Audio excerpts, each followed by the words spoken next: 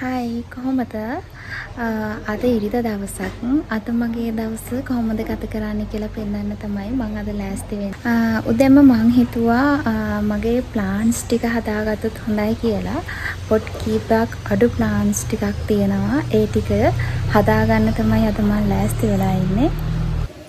මෙන්න මේ ප්ලාන්ට්ස් ටික තමයි මම අද පැල කරගන්න හිතුවේ. ඒ කියන්නේ මේවා පොට්ස් වලට දාලා නෑ. ඒ හින්දා පොට් වලට දාලා ලස්සනට හදාගන්න හිතුවා. කැලේ තියෙන මේ වගේ ඇග්ලොනිමා වර්ග දැන් හරිම ලස්සනයි ගෙවල් වලට දානවා. මට හිතුණා මේ අපි අයින් කරන අයිස්ක්‍රීම් කප් ටිකක් ඉතින් ඒක පරිසරයට දානවට වඩා ඒකෙන් ප්‍රයෝජනයක් ගන්න එක හොඳයි කියලා. ඒක නිසා මම ඒ ටික අරගෙන මේ විදිහට රත් කරලා සිදුරු කීපයක් අයිස්ක්‍රීම් කප් එකේ විද ගන්නවා. අපි මේ බකට් වල මේ විදිහට සිදුරු විද ගන්නේ වතුර හොඳින් බහලා යන්න ඕන නිසා. අපේ ගෙදර මෙතන වත්තේ අතරම ඔක්කොම තියෙන කොන්ක්‍රීට්. ඒක නිසා පස් ගේන්න අපිට ටිකක් යන්න වෙනවා දුර. විල්බැරෝ එකයි උදැල්ලකුයි අරගෙන හෝගාලා මම මේ කොහෙද යන්නේ කියලා ඔයාලා බලනවා ඇති. අර ඈත පේන අලිපෙර ගහ ළඟින් පාත තියෙනවා කළු පාට හොඳ කොළ පොහොර ටිකක්. මෙතන ගොඩක්ම තියෙන්නේ මෙතන හාපැත්තේ තියෙන ලොකු කොස් ගහේ වැටෙන කොස් කොළවල පොහොර. සාමාන්‍යයෙන් ඉන්ඩෝ ප්ලාන්ට්ස් හදද්දී ගොඩක් වෙලාවට මෙතනින් තමයි පොහොර ගන්න. ඒත් එක්කම මම ඔයාලට දෙයක් කියන්න මතක තියාගෙන හිටියා. ඒ තමයි ඔයාලා ළඟ කළුනුග රබර් ප්ලාන්ට්, එතකොට ලේඩි ෆාම්, එතකොට මොන්ස්ටෙරා, ඒ වගේ සාමාන්‍යයෙන් නුග, මගුල් කරඳ වගේ ගස් තියෙනවා නම් ඔයා ඉන්නේ නුවර අවට නම් මම ගන්න ලෑස්ති. ඉතින් මට ඔයාගේ විස්තර කමෙන්ට් සෙක්ෂන් එකේ දාන්න. එතකොට තව දෙයක් ඕනම වර්ගයේ ප්ලාන්ට් වගේම ගස් වර්ග මම ගන්නවා. මට විස්තරත් එක්ක ඒ වගේ ප්‍රමාණත් දාන්න. දැන් අපි බලමු කොහොමද අපි ප්ලාන්ට්ස් ටික ලෑස්ති කරගන්නේ කියලා. මුලින්ම මම මේ වගේ පොල් මුඩු කීපයක් අරගෙන ඒක චූටිවට කඩලා අපේ බකට් එකේ යටම කොටසට දාගන්නවා. ඊට පස්සේ මං ගෙනාව කොළ පොහොර ටික මේ විදිහට දාගන්නවා. පස් ටික බකට් එකට තද වෙන්නේ නැති වෙන්න තමයි අපි මේ විදිහට පොල් මුඩු දාන්නේ. හොඳින් වතුර බහින්න. අපි ප්ලාන්ට් එක පොට් කරද්දී ඒකේ කවර් එක මේ විදිහට කඩලා ඒකේ තියෙන පස් ටිකත් එක්කම තමයි හිටවන්න ඕනේ. ඔයාලට තියනවා නම් මේකේ අඩට ඔස්මකෝට් පොහොර ටිකක් දාගත්තට කමක් නැහැ. මේ පැලේ මම ගෙනත් දැනට සතියක් විතර වෙනවා. ලස්සන චූටි ප්ලාන්ට්ස් ඒක වටේට දාලා තියෙනවා.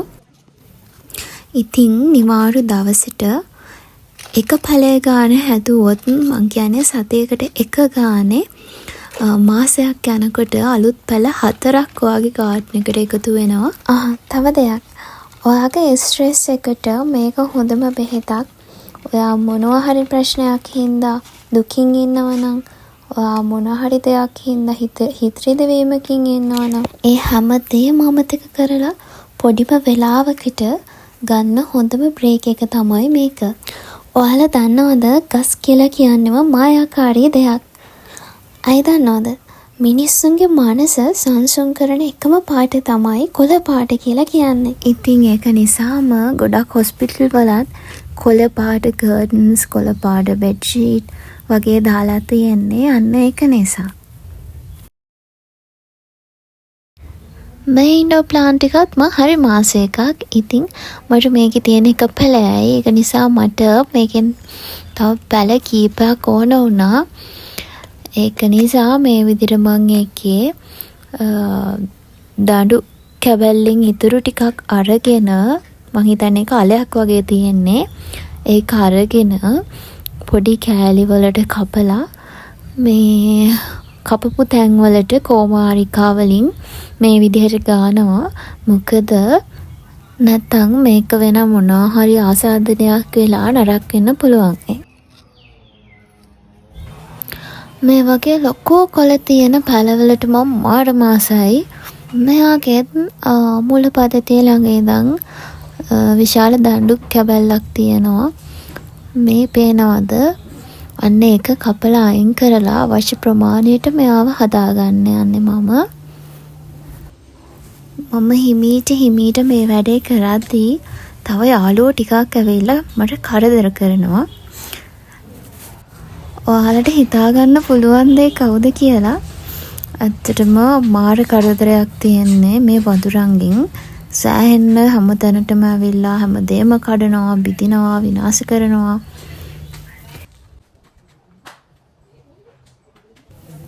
එළියේ තිබුණු පොල් මල්ලෙන් පොල් ගෙඩියක්ම අරන් ගිහිල්ලා තිබුණා. ඒත් එක්කම අපේ අම්මිට සෑහෙන්න කරදර කරනවා. එළියේ කිසිම දෙයක් තියන්න බෑ, කුණු එකක්වත් තියන්න බෑ, ඇදලා හැමතැනම දානවා. ඉතින් තාම යාලා ගිහින් නෑ. ඒත් මට වැඩේ කරන්න ඕන නිසා මම ආවා. ඉතින් මම මේක ඉක්මනට හිටව ගන්නවා. මොකද අද අවුවත් ටිකක් අඩු දවසක්. පැස්සකුත් එන්න වගේ. ඒකෙන් හින්දා මට ඉක්මනට මේ වැඩේ ඉවර කරගන්න ඕන වුණා. මම පොඩි ඩ්‍රින්ක් එකක් බොන්න යන්නේ. ගෙස් කරන්න බලන්න මොනවද කියලා. ඇත්තටම මේ පොල් වතුර මම ගොඩක් ආසයි පොල් වතුර බොන්න. මොකද හරිම ෆ්‍රෙෂ් කූල් එකකුත් එක්ක තියෙන්නේ. නේචර් එකෙන් දෙන කූල් එකයි ෆ්‍රෙෂ් එකයි.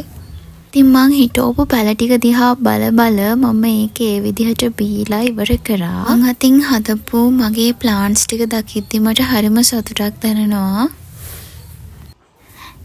ඊළඟට මම මේ මොකද්ද කරන්න යන්නේ කියලා ඔයාලා බලනවා ඇති. ඩ්‍රෙස් පේන්ටිං මට try කරලා බලන්න හිතුණා. මම කවදාවත් ඩ්‍රෙස් පේන්ටිං කරලා නැහැ. පළවෙනි වතාවට මගේ පාටි ෆ්‍රොක් එකක් අරගෙන මේ විදිහට මට මේක ඩිසයින් කරන්න හිතුණා. හැබැයි මේක අද මට ඉවර කරන්න බෑ. ළඟදිම දවසක මේක ෆිනිෂ් කරලා මම ඔයාලට ෆිටෝන් එකේ ෆොටෝ එකක් දාන්නම්. මේක අඳින්න මම ගත්තේ ෆැබ්‍රික් පේන්ට්. හැමෝම දන්නවා රෙතිවල මොනවා හරි අඳිනවා නම් ෆැබ්‍රික් පේන්ට් තමයි හොඳම. ඇක්‍රිලික් පේන්ට් වගේ මේකට පාවිච්චි කරන්න බෑ.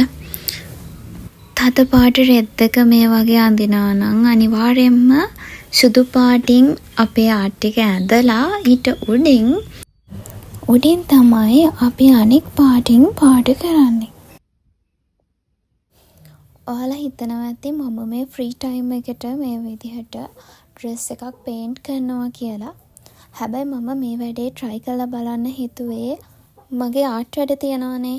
ඒකේ අලුත්ම ස්ටෙප් එකක් විදිහට හැමදාම පෙන්සිල් ආර්ට් විතරක් කර ඉන්න බෑ.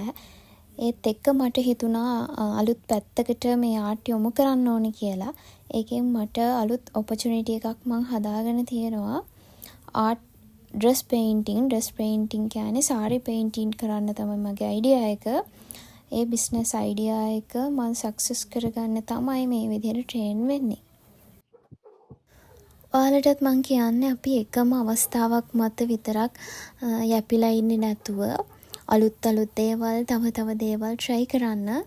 අනිවාර්යෙන් ඔයාලට හොඳම පාත් එක නිර්මාණය වෙනවා. සාමාන්‍යයෙන් වෙළඳපොලේ මේ වගේ නෝමල් සාරි එකකට වටිනාකම 12000ක් විතර වෙනවා. එතකොට වැලන්ටිනා සාරි එක වගේ කරනවා නම් ඒක ඊටත් වඩා වැඩි. ඉතින් දවසේ ඔක්කොම වැඩ ටික ඉවර වෙලා අන්තිමේටම මට හිතුණා රෙස්ට් එකක් ගන්න ඕනේ කියලා. මේ රෙස්ට් එක මනස රිලැක්ස් කරගන්න. එතකොට කාම් මූඩ් එකක ඉන්න. දවසේම කරපු වැඩවල වෙහෙස නිවා ගන්න. මම සාමාන්‍යයෙන් හවස් වරුවල මේ වගේ පොත් කියවනවා. වැදගත්ම දේ තමයි ළමයි. අපි මේ වගේ පොත් කියවද්දී අපි සමාජය ගැන හිතන් ඉන්න විදිහ දේවල් ගැන දන්න දේවල් සමහර වෙලාවට පොතක් කියවුවට පස්සේ ඇත්තටම මේක මෙහෙම නෙමෙයිනේ මෙහෙමත් වෙන්න පුළුවන්නේ. ඇත්තට මේක නරකම දෙයක් නෙමෙයිනේ කියන හැඟීම. එතකොට ඒක හොඳම නෙමෙයිනේ කියන හැඟීම. අර ඒ පරස්පරතාවය දැනෙනවා. ඉතින් පොතකට පුළුවන් මිනිස්සෙක් වෙනස් කරන්න, මිනිස්සෙක්ගේ ආකල්ප වෙනස් කරන්න. ඒ අද බ්ලොග් එකෙන් ඔයාලට ගන්න දෙයක් තියෙනවා නම් අනිවාර්යෙන් ජීවිතේට එකතු කරගන්න. ආයෙත් දවසක අපි හම්බෙමු.